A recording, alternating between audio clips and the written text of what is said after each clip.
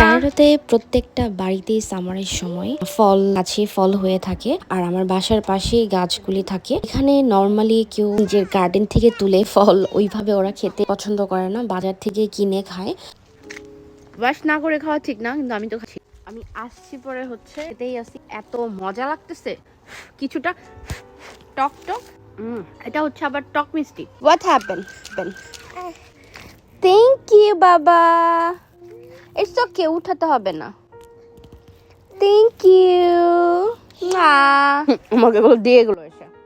আর আমাদেরও এখানে সবার বাসায় কম বেশি ফ্রুটস থাকে অলওয়েজ। এটা শুধুমাত্র মজার জন্য আপনাদের সাথে শেয়ার করার জন্য ভিডিও করেছি। আমরাও সবসময় খাওয়া হয় না, যখন হাঁটতে বের হই ভালো লাগে একটু ছিঁড়ে খেতে খেতে কথা বলি বা হাঁটতে হাঁটতে খাচ্ছি, এই জন্য ভিডিওটা করা। আর এটা হচ্ছে ব্ল্যাকবেরি। এর আগে আমি একটা ভিডিও শেয়ার করেছিলাম, আজকেও করলাম। আর আমার সাথে যেহেতু এটা বেবি দেখতে, মাশাআল্লাহ আমাদের সবার জান বাচ্চা। মোস্ট অফ দ্য টাইম আম্মু আর ওদেরকে নিয়ে আমার হাঁটতে বের হওয়া হয়। ওরা দুজনেই হচ্ছে টুইন, মাত্র আধো ভাঙা ভাঙা কথা বলা শিখছে। সবাই দোয়া করুন ওদের জন্য। কি হয়েছে? হাত ধরো বাবা। কি?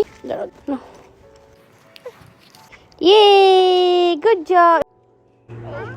মাশাআল্লাহ বলতে একদমই ভুল করবেন না, জানেন তো বাচ্চা দেখলেই মাশাআল্লাহ বলতে হয়।